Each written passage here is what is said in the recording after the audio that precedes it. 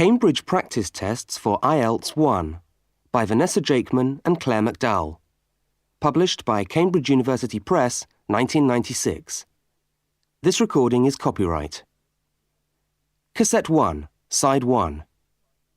Practice Test 1. You will hear a number of different recordings and you will have to answer questions on what you hear. There will be time for you to read the instructions and questions, and you will have a chance to check your work. All the recordings will be played once only. The test is in 4 sections. Write all your answers in the listening question booklet. At the end of the test, you will be given 10 minutes to transfer your answers to an answer sheet. Now turn to section 1 of your question booklet.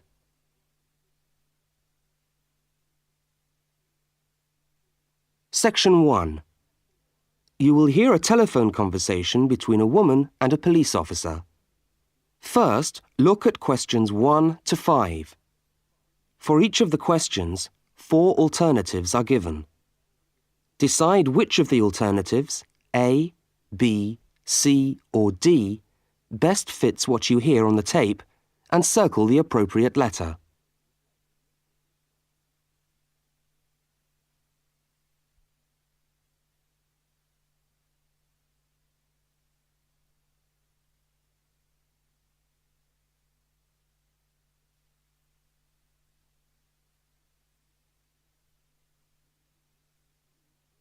You will see that there is an example which has been done for you.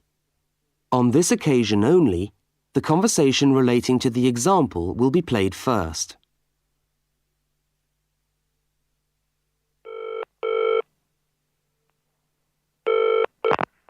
Good evening, City Police Station. Can I help you? Oh, hello. I'd like to report a stolen briefcase, please. Just a minute and I'll put you through. The woman says she wants to report a stolen briefcase, so A has been circled. Now we shall begin. You should answer the questions as you listen, because you will not hear the recording a second time. Now listen carefully to the first part of the conversation and answer questions 1 to 5.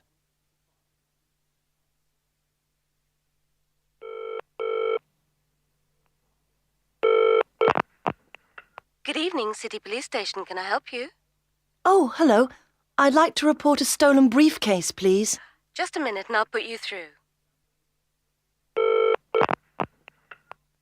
Lost property, can I help you? Oh, yes. I've had my briefcase stolen. OK, I'll take some details. Tell me what it looks like, first of all. Well, it's a soft leather one, you know, not a heavy box type like a man's. And how does it close? It's got buckles at the front, 2 of them. They're gold-plated ones. Fine. Was it locked? No, I'm afraid not. Never mind. Any distinguishing features? Pardon? Any marks or badges on it that make it stand out? Only the brand name. And where's that? It's on the back, at the bottom in the left-hand corner. It's saggy. Oh, and there's a scratch. It's quite bad, but small, directly above the brand name. I did it recently, putting it on my bike. Right, got that. So, what did you have inside the briefcase? Well, all my papers from college. It's so frustrating, but thank goodness for computers. I haven't lost them completely. Yes, you're lucky. I had my wallet in my pocket, so I didn't lose that. But there were also my pens, which I got for my birthday, and a novel I was planning to read on the train. Right. Where exactly did you lose the briefcase? Well, I couldn't believe it. I was standing on the platform. It was right next to me. You were holding it? I'd just put it down on the floor, but I could almost feel it beside me. I was watching for my train because sometimes it comes early, and then next time I looked, my briefcase wasn't there. And what time was this? It must have been about 5:20. No, a bit later. I'd say 5:30 because it was just getting crowded and the train normally comes at about 25 to 6. Before they continue their conversation, look at questions 6 to 10.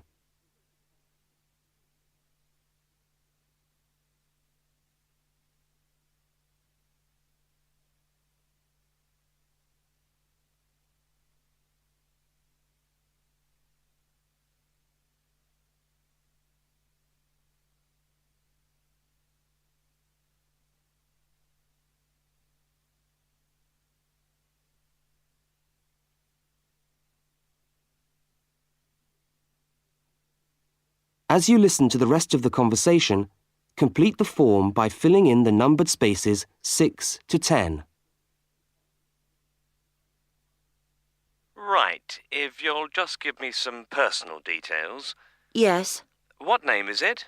I'm Mary Prescott. Can you spell that? Yes, it's Prescott.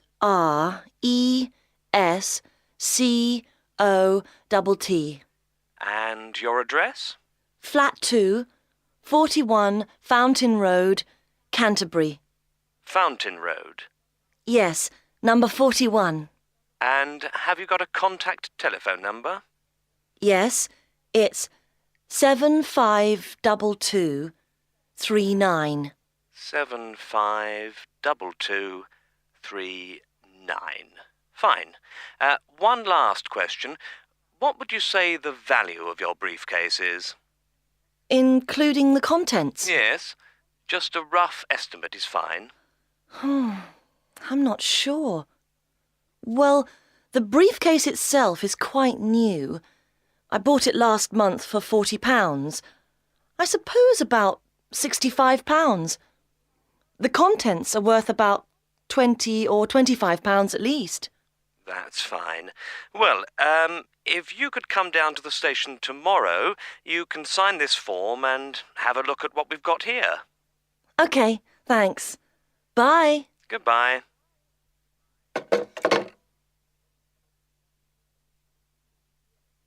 That is the end of section 1. You now have half a minute to check your answers.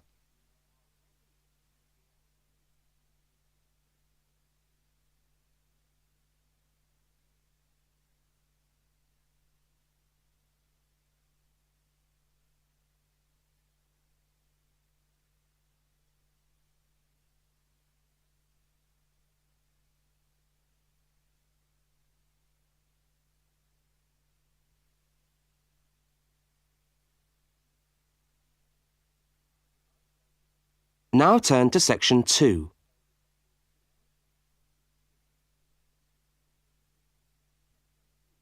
Section 2. You are going to hear a news report from an Australian radio programme. First, you have some time to look at questions 11 to 13.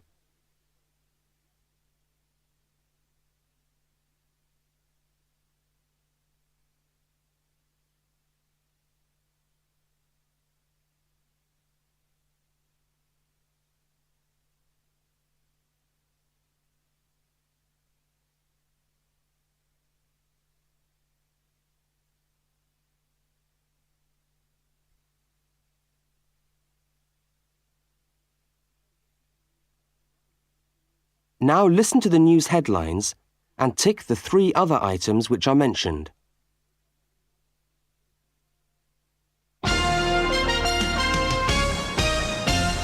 This is the 6 o'clock news for Tuesday, the 25th of November.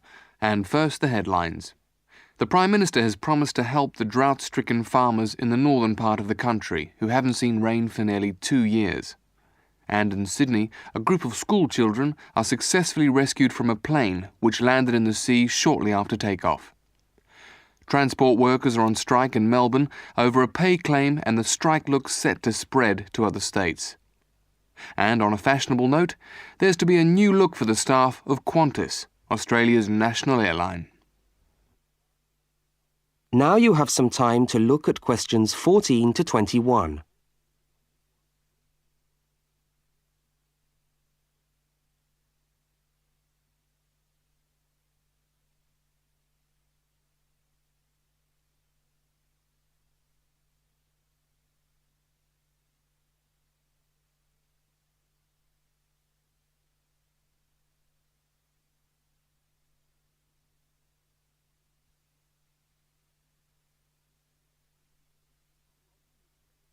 As you listen to the rest of the news, complete the notes in the spaces provided.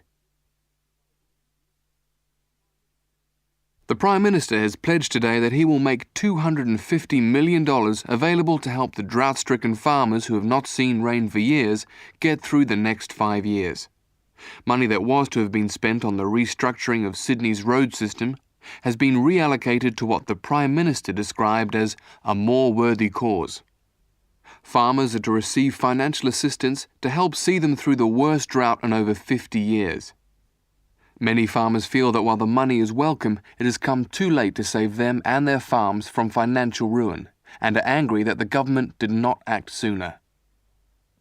A group of school children who were travelling in a privately chartered aeroplane from Sydney to Queensland to take part in a musical concert found themselves swimming for the shore when their aeroplane had to land in the sea just 3 minutes after taking off from Sydney Airport. The pilot managed to bring the aircraft and its 50 passengers down safely in the calm waters of Botany Bay, where boats and pleasure craft were able to come to the rescue of the boys. The fact that it was a weekend meant that there were hundreds of boats in the bay enjoying the good weather, and this undoubtedly helped the rescue operation.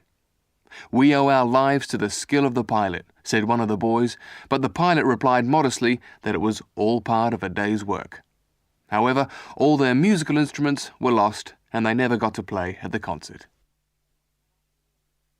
That is the end of section 2. You now have half a minute to check your answers.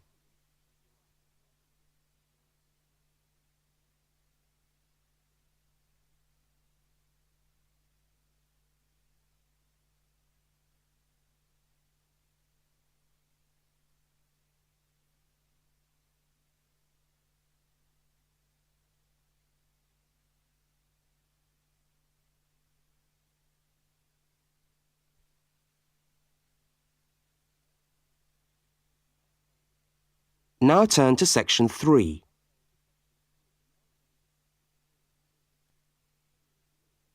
Section 3. In this section, you will hear a conversation between a university student and a university lecturer. Look at questions 22 to 25. For each of the questions, 4 alternatives are given. Decide which of the alternatives best fits what you hear on the tape and circle the appropriate letter.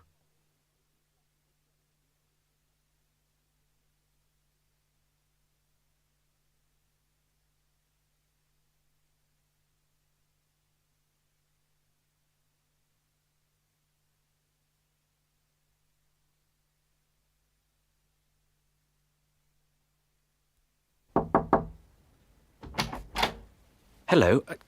Can I come in? Oh, yes, come in. How can I help you? I was looking for the economics office. I've been all over the arts faculty building looking for it, but I could only find the School of Accounting and Economic History. Is this the right place? Yes, this is the School of Economics. Oh, good. I'm a new student, and I was wondering if someone could give me some information. Well, I might be able to help. I lecture on that programme. What do you need to know? Well, quite a few things, actually. Firstly, how many lectures a week do I have to attend? Well, the Economics 1 course is a double unit. So there are 2 lectures a week and 1 tutorial. Oh. The lectures are scheduled for Tuesday and Thursday. What time? Let me see. You know, this information is all in the handout, which you should have received yesterday at the orientation meeting.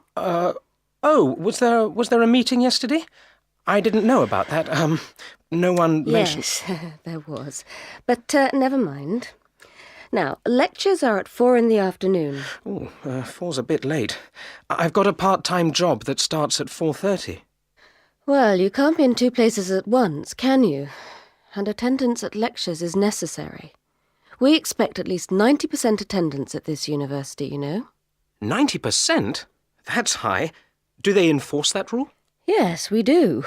We're pretty strict about it, actually. And what times have been set down for the tutorials? Do you have that information? That's a very well-attended course, so there's a number of tutorial times. Monday, Wednesday and Friday, all at 9 o'clock. Yours will be allocated at the first lecture. Can't I choose the time? Maybe, maybe not. You'll have to talk to the lecturer on the course. Dr. Roberts is his name. Oh, okay.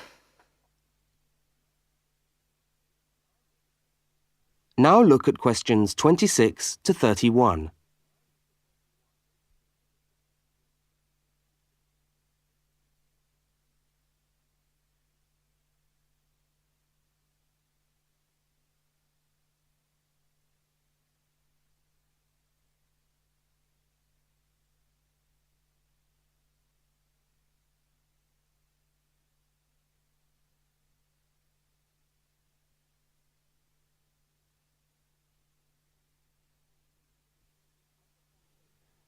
As the conversation continues, complete the notes in the spaces provided.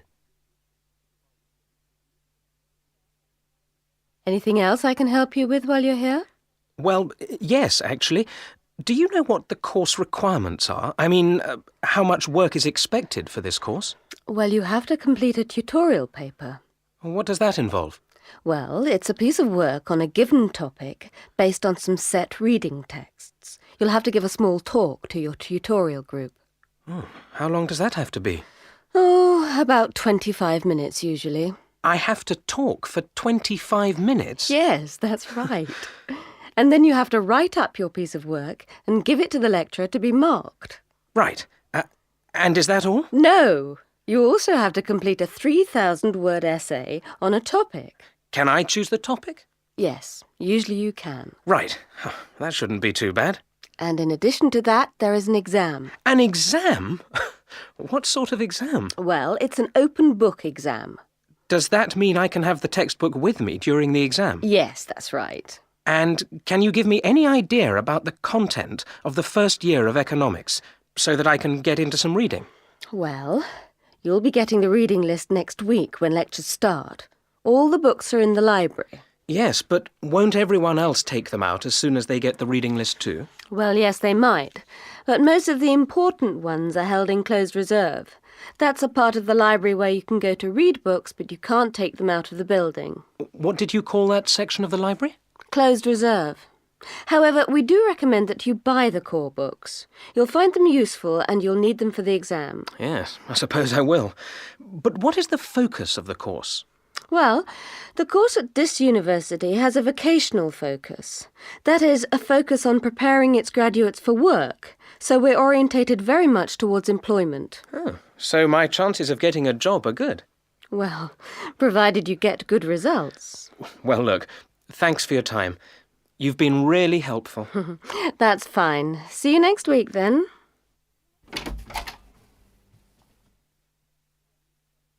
That is the end of section 3. You now have half a minute to check your answers.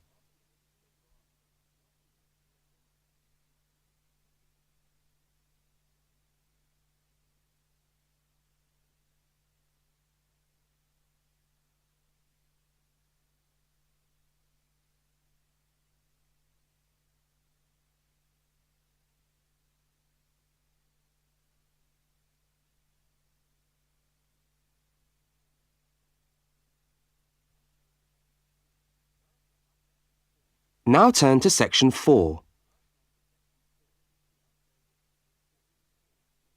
Section 4.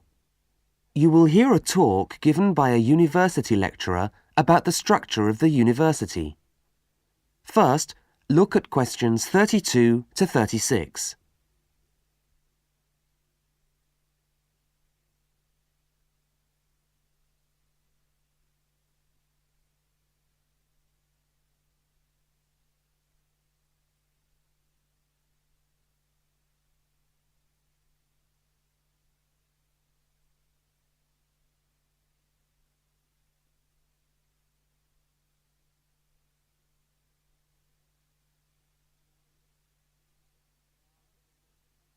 Now listen and answer questions 32 to 36.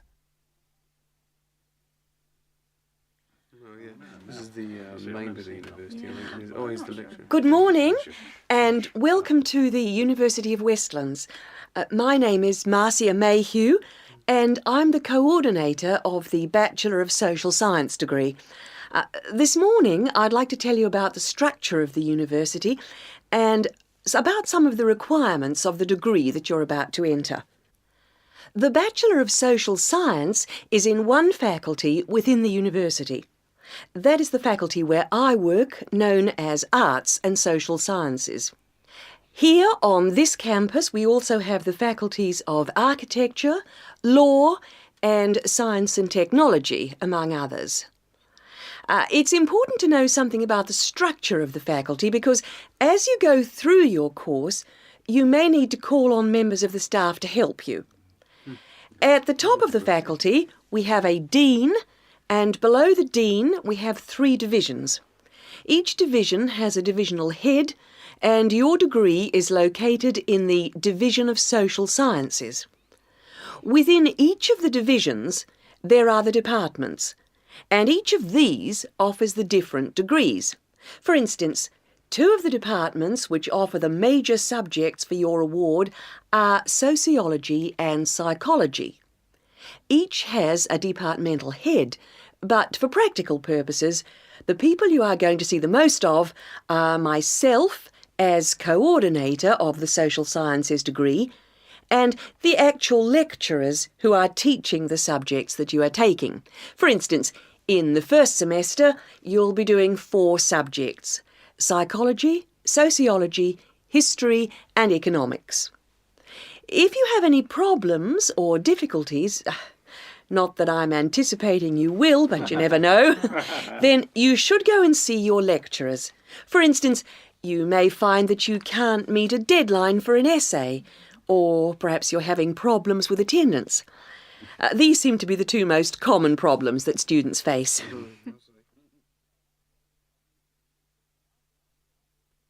Now look at questions 37 to 41.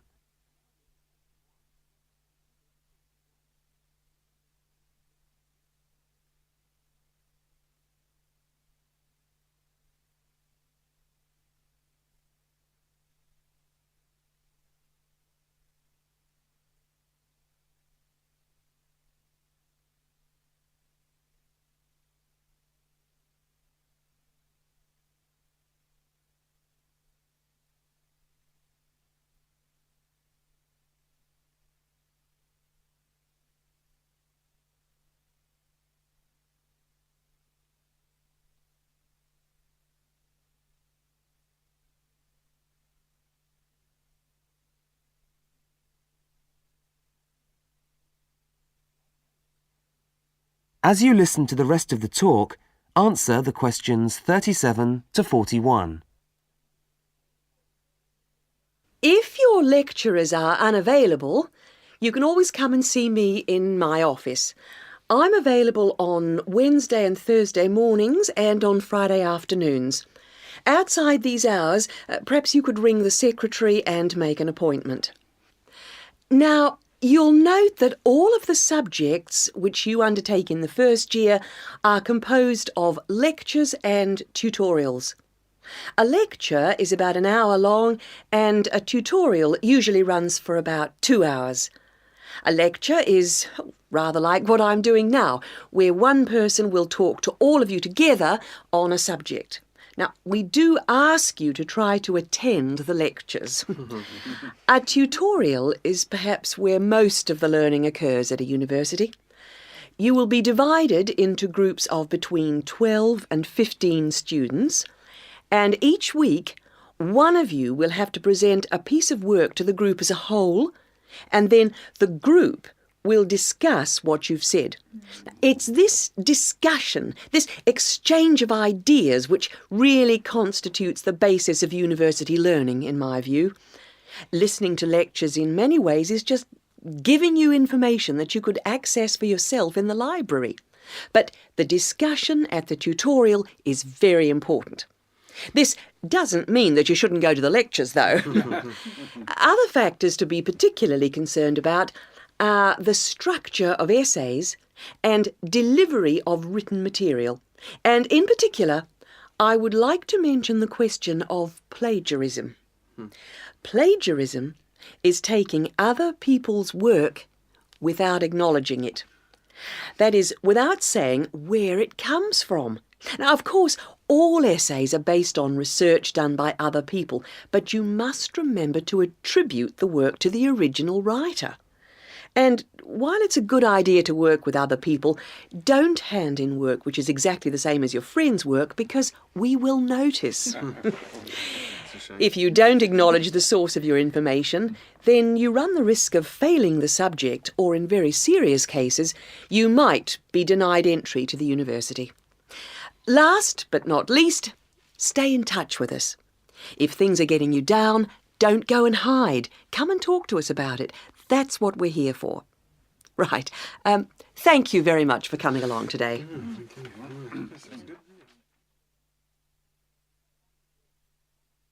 That is the end of section 4. You now have half a minute to check your answers.